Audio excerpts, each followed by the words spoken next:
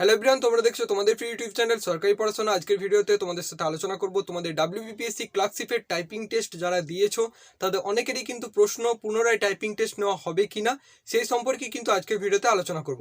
তার আগে তোমাদেরকে জানিয়ে রেখি, সমস্ত সরকারি চাকরির আপডেট ডে টু ডেট পাওয়ার জন্য অবশ্যই সাবস্ক্রাইব করে অল নোটিফিকেশনটা অন করে দাও এবং ভিডিওতে অবশ্যই একটা লাইক করে দাও। দেখো, প্রথমেই তোমাদেরকে বলে রাখি, যারা টাইপিং টেস্টের যাদের 27শে মার্চ ডেট ছিল, অর্থাৎ 27 মার্চ যারা টাইপিং টেস্ট দিতে গেছিলো, সেখানে কিন্তু অনেক ক্যান্ডিডেটেরই তোমাদের টেকনিক্যাল প্রবলেম হয়।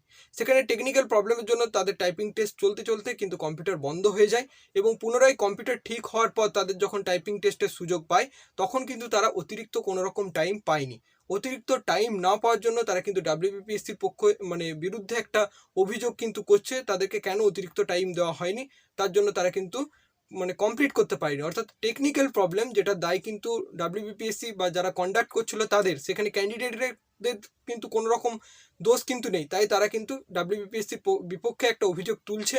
এবং এটা কিন্তু এক দুজন ক্যান্ডিডেট না, এটা অনেক ক্যান্ডিডেটের সাথেই কিন্তু হয়েছে। এই সম্পর্কে 2 এপ্রিলের যে কর্মসংস্থান খবরের কাগজ, যেটা ইতিমধ্যে মার্কেটে কিন্তু অ্যাভেলেবেল, সেটাই কি লেখা হয়েছে সেটা তোমাদেরকে জানাবো। তার জন্য অবশ্যই আমি তোমাদেরকে আমার ফোনের স্ক্রিনে নিয়ে যাব। দেখো, আমি তোমাদেরকে নিয়ে চলে এসেছি 2 এপ্রিলের যে কর্মসংস্থান খবরের কাগজের পেপার কাট। সেখানে দেখো, এখানে কি বলা হয়েছে, ক্লার্কশিপ পদের কম্পিউটার টাইপিং টেস্ট দিয়েছি 27শে মার্চ এবং টাইপিং করার কিছুক্ষণ পর মেশিন বন্ধ হয়ে যায়। পরে আবার মেশিন চালু হওয়ার, মেশিন অফ হয়ে যাওয়ার জন্য যে অতিরিক্ত সময় দেওয়া হয়নি, তাই পুরো টাইপিং করতে পারিনি। আমার মতো এমন অনেক ক্যান্ডিডেটই কিন্তু আছে যাদের কিন্তু একই রকম সমস্যা হয়েছে। নতুন করে কি আমাদের আবার টাইপিং টেস্টের সুযোগ দেওয়া হবে, নাকি টাইপিং পরীক্ষা আমাদের ক্ষেত্রে বাতিল হবে? দেখো, এক্ষেত্রে তারা কি উত্তর দিয়েছে, তারা জানিয়েছে আমাদের দপ্তরে এমন অনেক অভিযোগ এসে কিন্তু জমা হয়েছে।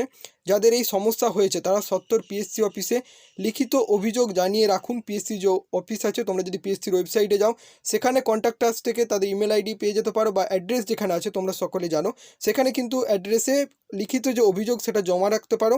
এবং পিএসসি কর্তৃপক্ষ এই বিষয়ে কিন্তু নতুন কোনো রকম যদি আপডেট দেয়, তোমাদেরকে কিন্তু ভিডিওর মাধ্যমে জানিয়ে দেওয়া হবে।